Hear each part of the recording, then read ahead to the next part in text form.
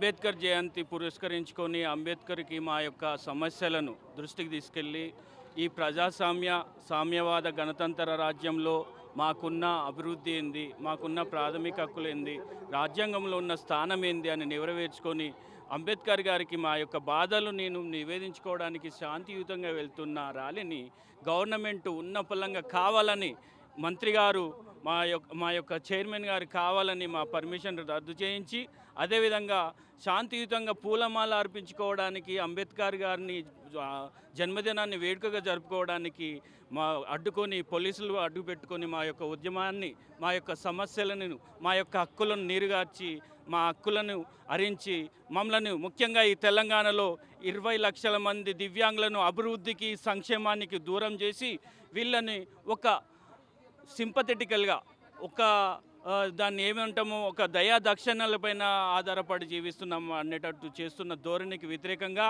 ఇదేనా ఇంద్రమ్మ రాజ్యానికి ఉండే స్ఫూర్తి, ఇదేనా ఇంద్రమ్మ రాజ్యానికి ఉండే ఆదర్శం అని తెలియజేస్తున్నాను. మీరు హామీలు ఇచ్చి మా సమాజానికి హామీలు ఇచ్చి నెరవేర్చుకోవడానికి ఇది సామాజిక న్యాయానికి వ్యతిరేకం కాదా? మాకు హామీలు 2023 నవంబర్లో ఓటేయండి, 2000 నవంబర్ డిసెంబర్లో మీకు 6000 పింఛన్ ఇస్తానని హామీ ఇచ్చాడు. మాకు బ్యాక్లాగ్ పోస్టులు నింపుతానని, స్పెషల్ రిక్రూట్మెంట్ డ్రైవ్ ఇస్తానని హామీ ఇచ్చాడు. GOMS నెంబర్ 34 స్వతంత్ర మంత్రిత్వ శాఖను ప్రతి జిల్లా కార్యాలయంలో మాకు ఒక డిపార్ట్మెంట్ డిజేబుల్డ్ వెల్ఫేర్ ప్రతిపత్తి గల శాఖను ఏర్పరిచి, వాటికి ఒక కార్యనిర్వాహక శాఖను ఏర్పరిచి మా యొక్క శాఖను స్వతంత్ర శాఖగా ఏర్పరచాలని కోరడం జరిగింది. దానికి జీవో ఉంది. ఆ జీవో అమలు పరచడంలో అది హామీ, అది నిర్వర్తించడం, మాకు దివ్యాంగుల కాలనీలు ఇవ్వకపోవడము, దివ్యాంగుల కాలనీలు ఏర్పాటు చేయకపోవడము, అదేవిధంగా మీరు ఇచ్చిన హామీల్లో మాకు నామినేటెడ్ పోస్టులు, పక్క రాష్ట్రమైన ఆంధ్రప్రదేశ్లో నామినేటెడ్ పోస్టులు ఉంది, మాకు రాజ్యాధికారంలో రాజకీయ రిజర్వేషన్లు ఇస్తేనే మాకు ఆత్మగౌరవంతో వికలాంగులము అయిన మేము సకలాంగులతో సమానంగా జీవించే అవకాశం ఉంటుంది. మాకు రాజకీయ అధికారాన్ని చట్టసభల్లో దూరం చేసి, విద్యకు దూరం చేసి, ఉపాధికి దూరం చేసి మమ్మల్ని అన్యాయంగా ఒక దయా దాక్షిణ్యాలపై ఆధారపడి చేయడం అనేది ఇది ముమ్మాటికి ఇది పరిపాలన లోపమే, ఇది అసమర్థ పాలన.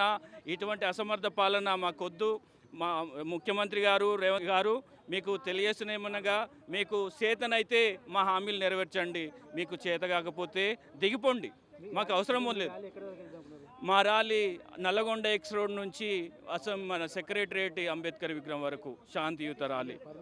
పర్మిషన్ తీసుకోవడం జరిగింది. దానికి మంత్రి గారు కావాలని పర్మిషన్ ఇవ్వకుండా అడ్డుపడి మేము ఆ విధంగా కూడా కాకుండా, శాంతియుతంగా కాకుండా, ర్యాలీ కాకుండా అంబేద్కర్ కాడికి పోయి ర్యాలీగా మేమే స్వతహాగా అంబేద్కర్ కాడికి పోయి మేము మా సమస్యలు పరిష్కరించుకోవడానికి, మా సమస్యలు అంబేద్కర్ గారు చెప్పుకోవడానికి పోతున్నా కూడా పోలీసులు తింపి మమ్మల్ని బంధించి మా యొక్క వాయిస్ను లేకుండా చేసి, మా నాయకులు కొల్లి నాగేశ్వరరావుని గృహ నిబంధన చేశారు, అందరి అబాబాన్ని గృహ నిర్ణయం చేశారు, మా యొక్క ఉదయ్ ఫౌండేషన్ వాళ్ళని గృహ నిర్ణయం చేశారు. అదేవిధంగా కాంగ్రెస్ మేనిఫెస్టో అమలు సాధన సమితి అయిన చెరుకు నాగభూషణం గారిని ఇక్కడ ఫెడ్ ఆధ్వర్యంలో లూయిస్ బ్రెయిల్ పార్క్లో బంధించడం జరిగింది. మా యొక్క నాయకులను కూడా ఇక్కడ బంధించి మా యొక్క అంశాలు బయటికి రాకుండా, మా యొక్క సమస్యలు బయటికి రాకుండా మా గొంతులు నొక్కి మీరు పరిపాలన చేసుకుంటున్నారంటే మీరు ముమ్మాటికి ఓడిపోయారు. ఇది నిల్వెత్తు సాక్ష్యం. మా హక్కులు కాలరాస్తున్నారనడానికి ఇది నిల్వెత్తు సాక్ష్యం. మీకెందుకు మా మీద చిన్న చూపు, మేమంటే మీకెందుకు వివక్షత అని చెప్తున్నాము. అయ్యా వికలాంగులము, అదేవిధంగా తెలంగాణ రాష్ట్రంలో ఉన్న సామాజికవేత్తలకు, ప్రజా సంఘాలకు తెలియజేస్తున్నాము, వికలాంగులకు సేవ చేయలేని ప్రభుత్వము ఇది ప్రజాపాలన కాదు, ముమ్మాటికి ఇది కార్పొరేట్ పాలన.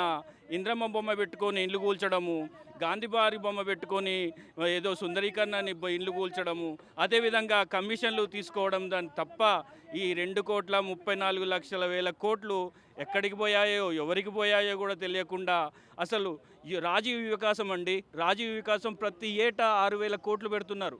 6,000 కోట్లు పెట్టిన తర్వాత ఎవరికన్నా ఇవ్వాలి కదా, స్వయం ఉపాధి కింద ఎవరికి ఇవ్వట్లేదు. 6,000 కోట్లు మళ్లించుకున్నట్టే కదా. అదేవిధంగా మీరు అధిష్టానానికి 1000 కోట్లు ఇస్తా అన్నారు. ఈ ప్రజాధనాన్ని మీరు అధిష్టానానికి మీ సొంత ఖర్చులకు ఇవ్వడానికి నీకు ఎక్కడుందండి హక్కు?